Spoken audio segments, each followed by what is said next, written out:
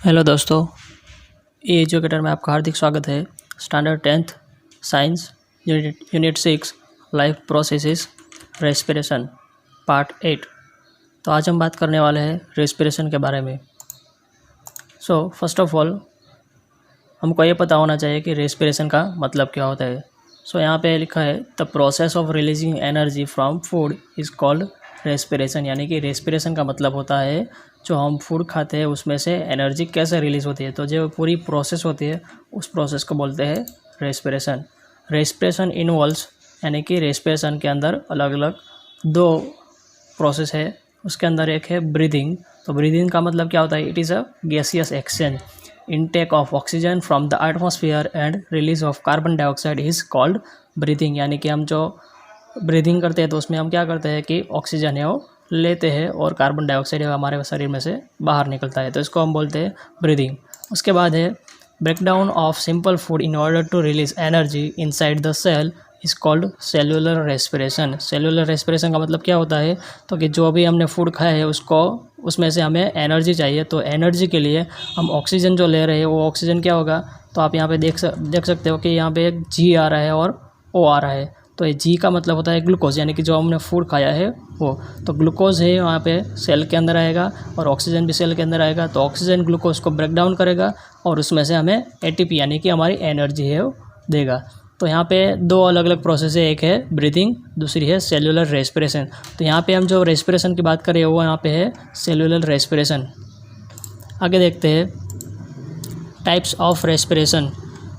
यहाँ पे दो तरह के रेस्पिरेशन है। There are two types of respiration. First is aerobic respiration and second is anaerobic respiration.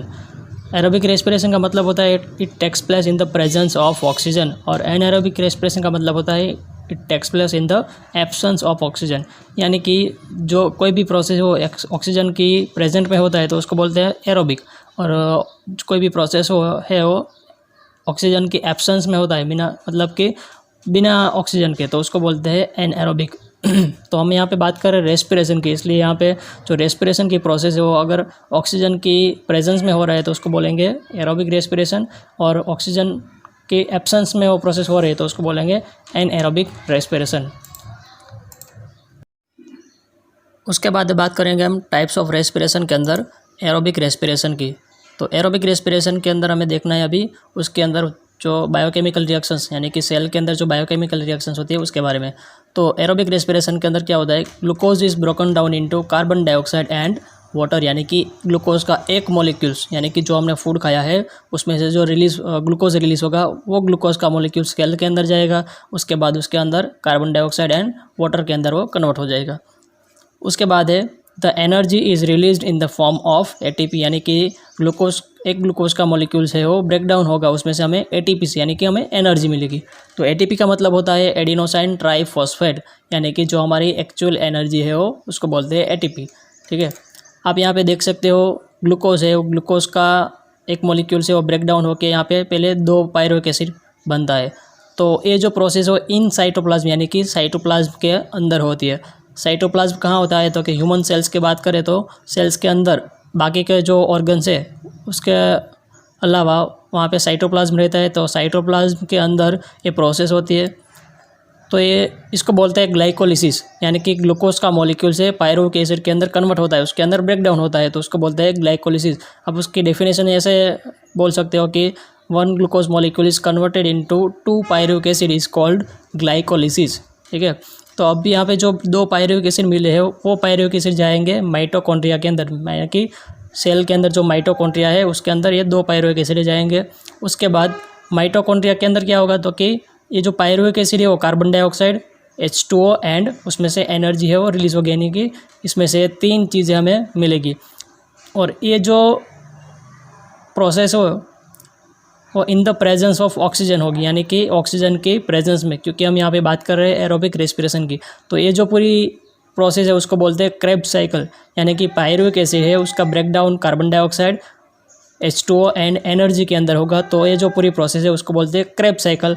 ये प्रोसेस है वो इन द प्रेजेंस ऑफ ऑक्सीजन होगा, और कहाँ पे होगा? तो कि माइटोकॉन्ड्रिया के अंदर।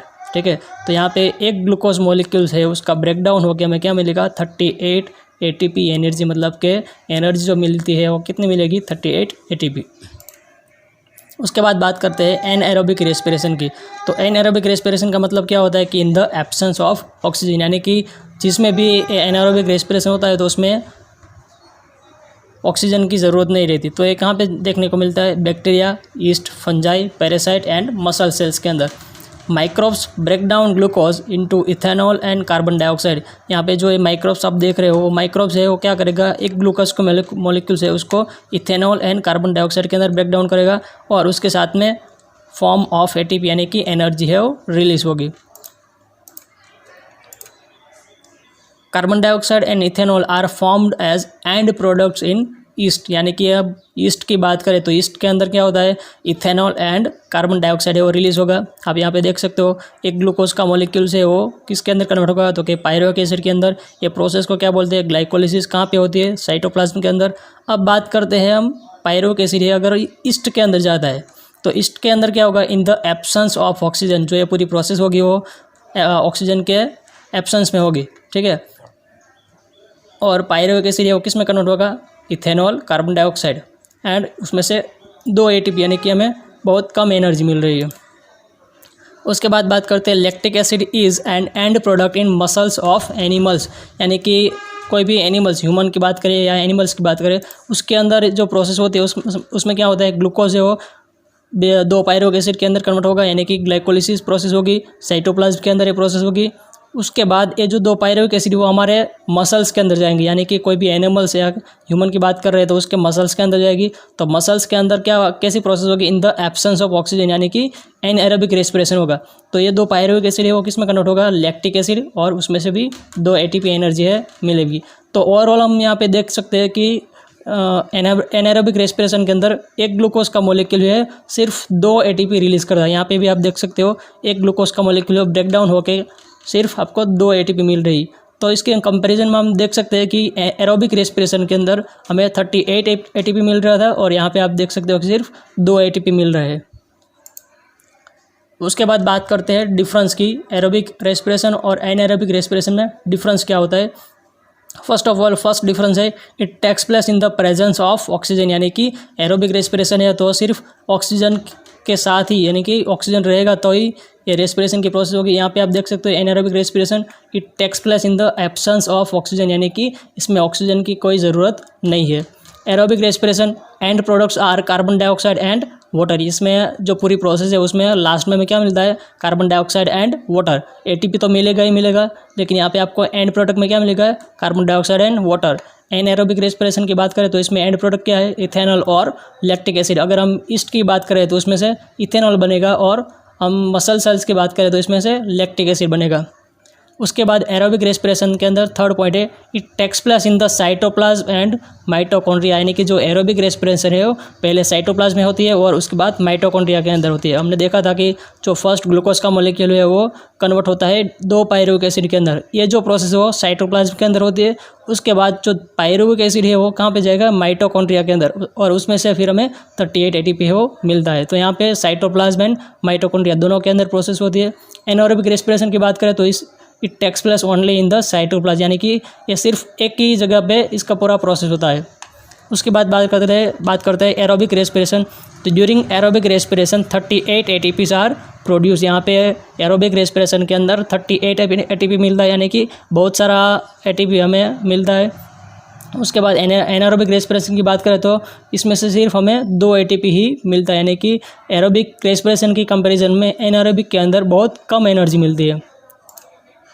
तो ये था हमारा पूरा रेस्पिरेशन का प्रोसेस। हमारे बॉडी के अंदर रेस्पिरेशन कैसे होती है, कैसे हमें एनर्जी मिलती है, जो भी हम खाते हैं उसमें से एनर्जी मिलती है, जो हम ऑक्सीजन लेते हैं तो ऑक्सीजन के थ्रू हमें कैसे एनर्जी मिलती है, ये पूरी डिटेल्स हमने आपको यहाँ पे बताई है। अगर आपको कोई भी डाउट हो तो आप कमेंट बॉक्स में लिख सकते हो, मुझे मैसेज करके भी कोई भी क्वेश्चन है वो पूछ सकते हो। अगर आपको ये वीडियो पसंद आया हो तो लाइक करिए, शेयर करिए, कमेंट करिए और अपने दोस्तों के साथ शेयर करिए और सब्सक्राइब कीजिए। थैंक यू, धन्यवाद।